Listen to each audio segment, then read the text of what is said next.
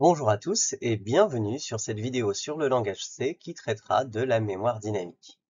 Avant de commencer, n'oubliez pas de vous abonner afin d'être notifié de nos prochaines vidéos, likez si cela vous a été utile et n'hésitez pas à utiliser l'espace commentaire pour vos remarques ou vos questions. Nous allons commencer sur l'intérêt de l'utilisation de malloc et de free pour gérer la mémoire dynamiquement. Ensuite, nous enchaînerons avec le fonctionnement de malloc, son prototype, son allocation, et comment et surtout pourquoi vérifier son retour.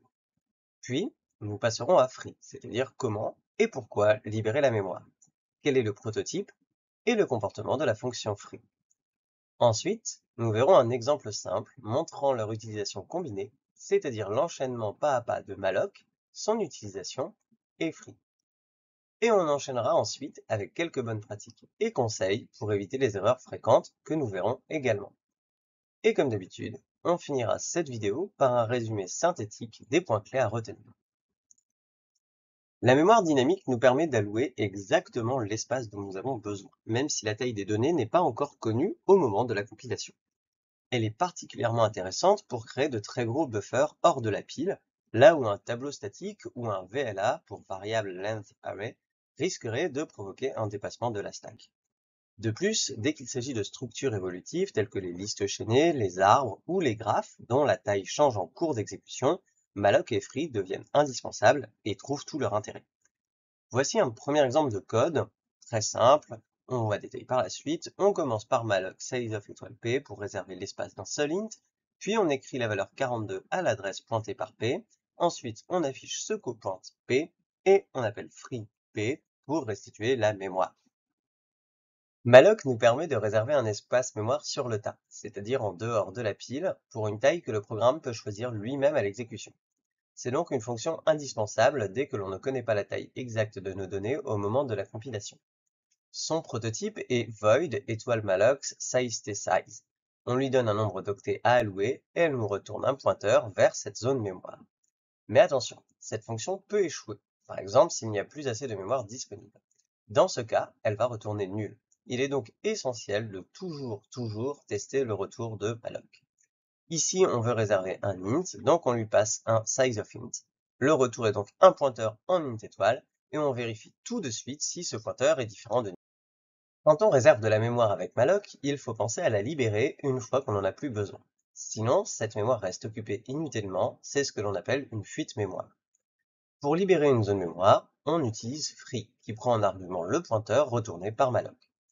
Il est interdit de faire free deux fois sur le même pointeur, c'est ce qu'on appelle un double free, et cela peut entraîner un comportement imprévisible du programme. En revanche, free nul est autorisé, cela ne fait rien, c'est donc une sécurité possible mais inutile. Dans l'exemple, on alloue un int, on lui affecte une valeur, puis on libère la mémoire avec free p si l'allocation a réussi. Vous avez sûrement remarqué que par rapport au code de la diapositive précédente, qui est sur la droite pour rappel, ce nouveau code sur la gauche gère la vérification de l'allocation de malloc à l'inverse. Sur le code précédent, à droite, on exécutait du code si l'allocation échouait. Dans notre code à gauche, on exécute le code seulement si l'allocation réussit. Voyons maintenant un cas classique où l'on combine les étapes malloc, utilisation et free. On commence par allouer un int, comme on l'a vu. Ensuite, on utilise ce pointeur en stockant une valeur et en l'affichant. Enfin, on libère la mémoire avec free. C'est exactement le cycle à suivre pour gérer proprement la mémoire dynamique. Chaque malloc doit avoir un free associé, sinon on accumule les fuites mémoire. Ici, tout est protégé et utilisé proprement. On vérifie si malloc a réussi avant d'utiliser p et on appelle free à la fin. Ce modèle simple est à répliquer de manière systématique à chaque fois que l'on travaillera avec de la mémoire dynamique.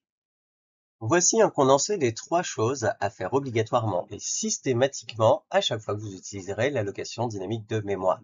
D'abord, testez toujours le résultat de malloc. Ne jamais supposer que l'allocation a réussi. Ensuite, chaque malloc doit être suivi d'un free, ni plus ni moins. Et après l'avoir libéré, il est recommandé de remettre le pointeur à nul. Comme ça, si vous tentez accidentellement de l'utiliser ou de le libérer à nouveau, cela ne sera plus possible. Et pour continuer, voici les trois bugs les plus fréquents quand on débute avec la mémoire dynamique. Vous allez très simplement faire le lien avec les bonnes pratiques vues précédemment qui vous permettent d'éviter ces trois principales erreurs. Premier bug, la fuite mémoire. Si vous oubliez de faire free, l'espace reste occupé jusqu'à la fin du programme. Si ça se répète souvent, la mémoire sature. Deuxième bug, le double free. Libérer deux fois la même zone est dangereux, cela peut corrompre la mémoire interne du système et provoquer un crash. Troisième bug, le use after free. Une fois qu'on a appelé free, le pointeur devient invalide. Il ne faut plus l'utiliser. Tenter d'écrire ou de lire à cette adresse après coup mène à un comportement imprévisible. Tous ces bugs sont souvent difficiles à détecter car le programme peut sembler fonctionner jusqu'à ce qu'il plante ou donne des résultats qui vous paraissent incohérents. Voilà, on arrive à la fin de cette vidéo. N'oubliez pas de liker si elle vous a été utile, de vous abonner et de poser vos questions en commentaire, on y répondra avec plaisir. On a donc vu qu'avec malloc, on réserve de la mémoire pendant l'exécution.